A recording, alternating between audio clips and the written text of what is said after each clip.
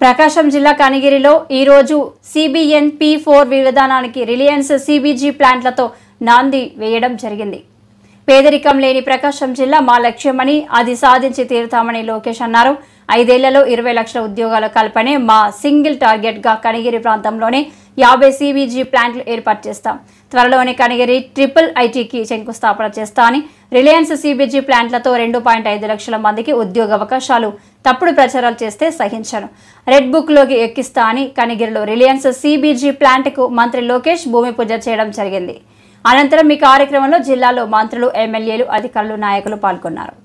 ప్రకాశం జిల్లా ప్రజలందరూ ఒకటే కోరుతున్నా, వైకాపోల్ పరిస్థితి చూస్తుంటే జాలేస్తుంది. వాళ్ళు పని చేయరు, పని చేయాలనుకున్న వాళ్ళ చేత పని చేయనీరు.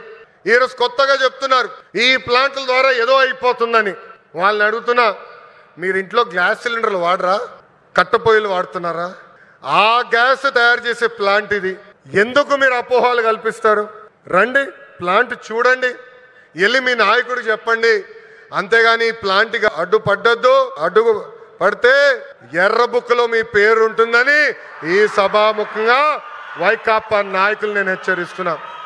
మంచి పని చేసాక వచ్చా, దమ్ము ధైర్యంతో ఈరోజు నిలబడి చెప్పగలుగుతున్నా. 10 నెలల్లోనే ఎవ్వరు ఉంచిన విధంగా ప్రకాశం జిల్లాకి నేను ఈ ప్లాంట్ తీసుకొచ్చా.